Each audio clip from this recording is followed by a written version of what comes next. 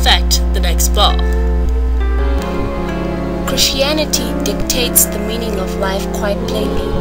The Buddhist idea is also rather concrete, but it is difficult for a Westerner to grasp.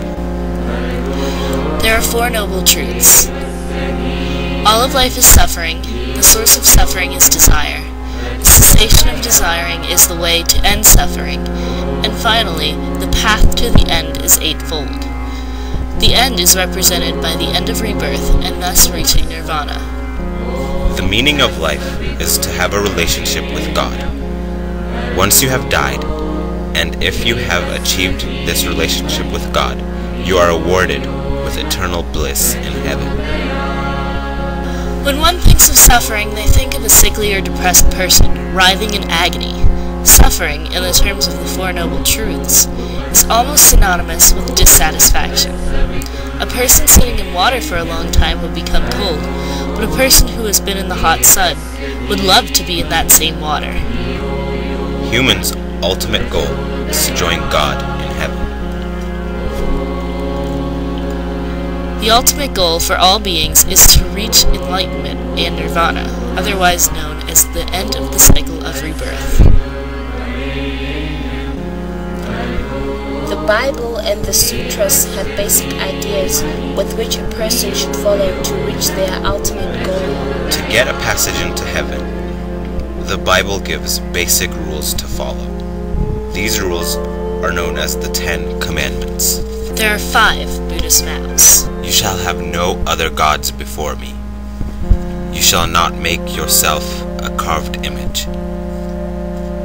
Any likeness of anything that is heaven above, or the earth beneath, or that is in the water under the earth. Do not use intoxicants. You shall not take the name of the Lord, your God, in vain. Remember the Sabbath day to keep it holy. Honor your father and your mother. You shall not murder. Do not kill humans. You shall not commit adultery. Do not engage in sexual misconduct. You shall not steal. Do not steal. You shall not bear false witness against your neighbor. Do not lie about spiritual attainments. You shall not covet your neighbor's house. You shall not covet your neighbor's wife, nor his male servant, nor his female servant, nor his ox, nor his donkey, nor anything that is your neighbor's.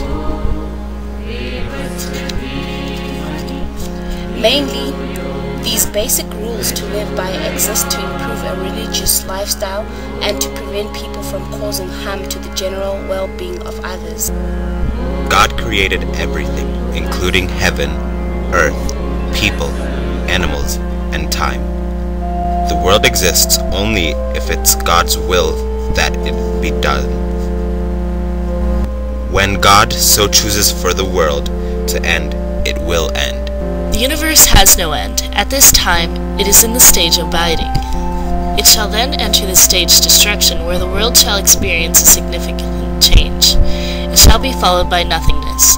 After eons of nothingness, the world shall begin again.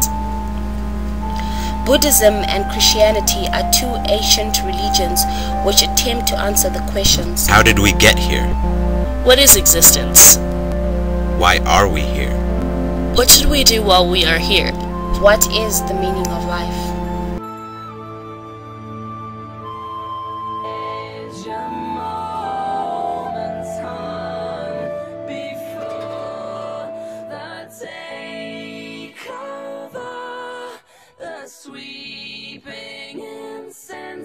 I started this project with virtually no idea of what either Christians or Buddhists thought about existence.